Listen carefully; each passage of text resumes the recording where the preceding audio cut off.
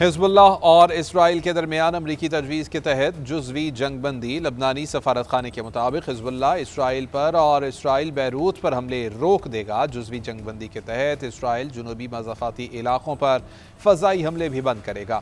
لبنانی حکام نے تصدیق کی ہے کہ حزب اللہ نے امریکہ کی تجویز قبول کر لی ہے۔ لبنانی سفارت خانے کے مطابق سیز فائر کو پورے لبنان تک توسیع دی جائے گی۔ لبنان پر حملے بند نہ ہوئے تو سنگین نتائج برآمد ہوں گے۔ ایرانی پارلیمنٹ کی نیشنل سیکیورٹی کمیٹی کے سربراہ ابراہیم عزیزی نے خبردار کر دیا۔ اپنے بیان میں کہا کہ صہیونی حکومت اور امریکہ بخوبی جانتے ہیں کہ یہ کھوکھلی دھمکی نہیں ہے۔ ایران کی فوج جواب دینے کے لیے تیار ہے۔ خطے میں جارحیت ہوئی تو امریکی افواج بھی نتائج بھگتیں گی۔ اس سے قبل باقر خالباف نے واضح کیا تھا کہ اسرائیل نے لبنان پر حملے نہ روکے تو مذاکرات روک دیے جائیں گے۔ ایرانی پاسداران انقلاب کی قدس فورس نے باب المندب میں بھی آبنہ ہرمز جیسے برتاؤ کا اندیا دیا تھا۔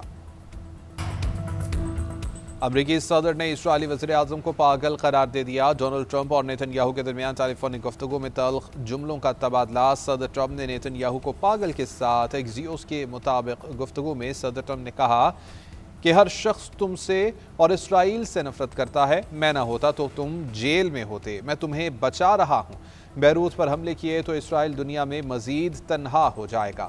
تم کیا احمقانہ کام کر رہے ہو؟ نیتن یاہو گفتگو کے دوران اوکے اوکے کہتے رہے۔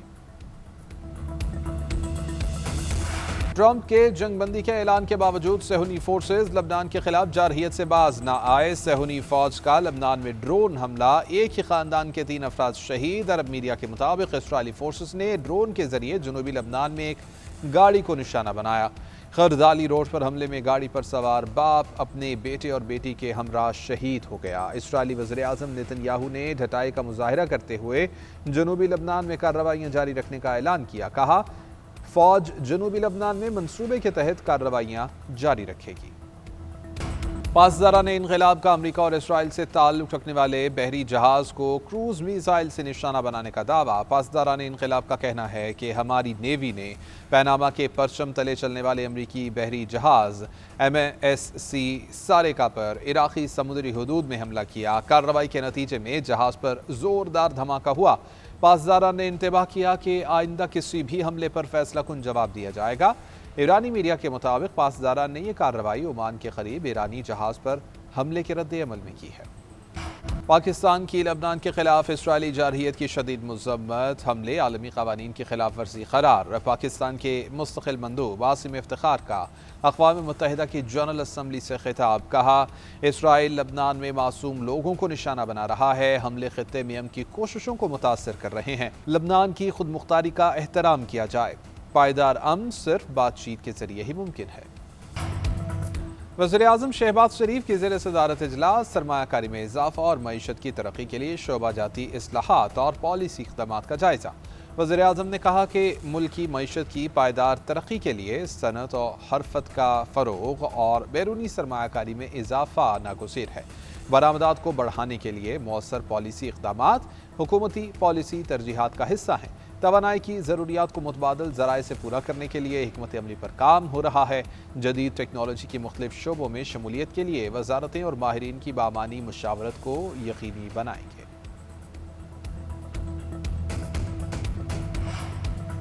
سالانہ ترقیاتی اسکیموں پر سندھ اور وفاق کے درمیان شدید اختلافات۔ وفاقی وزیر احسن اقبال کی زیر صدارت پلان کوارڈینیشن کمیٹی اجلاس کی اندرونی کہانی سامنے آ گئی۔ ذرائع کے مطابق سالانہ ترقیاتی اسکیموں میں نظر انداز کرنے پر سندھ کے نمائندے جام خان شورو نے شدید احتجاج کیا۔ کہا کہ وفاق جو رقم دے رہا ہے ان پیسوں سے کام نہیں ہوگا۔ لگتا ہے کہ سندھ میں بورڈز لگا کر روڈ بند کرنے پڑیں گے۔ سکر حیدرآباد موٹر وے رانی پور مورو روڈ سکیم کے لیے بھی رقم کم رکھی گئی۔ سکر رانی پور ٹنڈوالا یار کے لیے 150 ارب روپے میں سے صرف 13 ارب روپے رکھے جا رہے ہیں۔ وفاقی وزیر داخلہ محسن نقوی کا نیشنل پولیس اکیڈمی کا دورہ، اپ گریڈیشن پروجیکٹ پر پیش رفت کا جائزہ لیا۔ وزیر داخلہ کی زیر صدارت اجلاس میں نیشنل پولیس اکیڈمی کو مرحلہ وار سولر انرجی پر منتقل کرنے کا فیصلہ کیا گیا۔ محسن نقوی کے تمام کلاس رومز کو جدید آئی ٹی سہولیات سے لیس کرنے کی ہدایت۔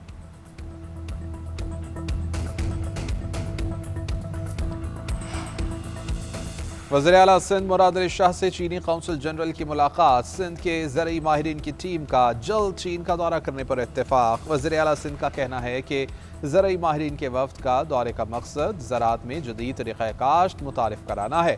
سندھ چین کی جدید زرعی ٹیکنالوجی سے فائدہ اٹھاتے ہوئے زرعی شعبے میں جدت لانا چاہتا ہے۔ چینی قونصل جنرل نے وزیر اعلیٰ سندھ کو دورے کی دعوت دی۔ وزیر اعلیٰ سندھ نے چینی قونصل جنرل کی دعوت کو قبول کر لیا۔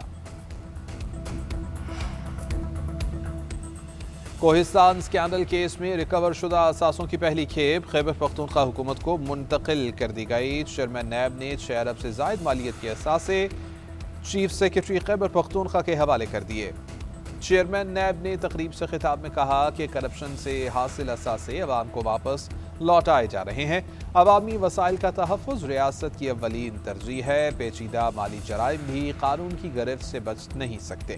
پیچیدہ مالی جرائم بھی قانون کی گرفت سے نہیں بچیں گے۔